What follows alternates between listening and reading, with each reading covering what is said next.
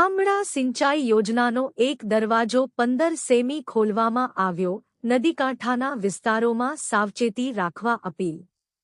Collector Shri Botad અને જિલ્લા વિકાસ અધિકારીશ્રીએ ખામડા ડેમની મુલાકાત લઈ જરૂરી સૂચનો આપ્યા.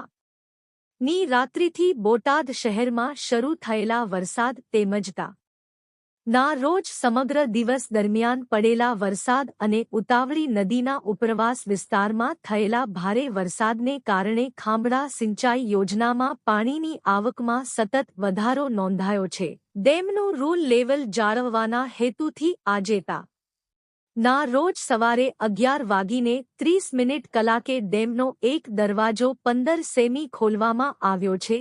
આ અંગેની પરિસ્થિતિની આગોતરી જાણ થતાં બોટાદ જિલ્લાના કલેક્ટર શ્રી હર્ષદ વોરા તથા જિલ્લા વિકાસ અધિકારી શ્રી ભરત પરમારે ખામડા સિંચાઈ યોજનાની મુલાકાત લીધી હતી.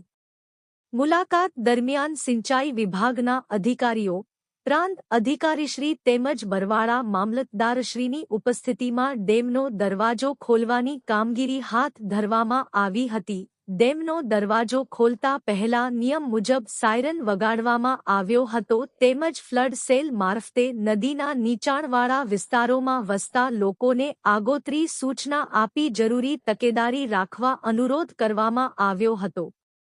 જિલ્લા વહીવટી તંત્ર દ્વારા નદીના નીચાણવાળા વિસ્તારોમાં રહેતા લોકો તેમજ ઉતાવળી નદી પર આવેલા કોઝવે બ્રિજ પરથી અવરજવર કરતા તમામ નાગરિકોને વિશેષ સાવચેતી રાખવા, બિનજરૂરી અવરજવર ટાળવા અને તંત્રની સૂચનાઓનું પાલન કરવા અપીલ કરવામાં આવી છે.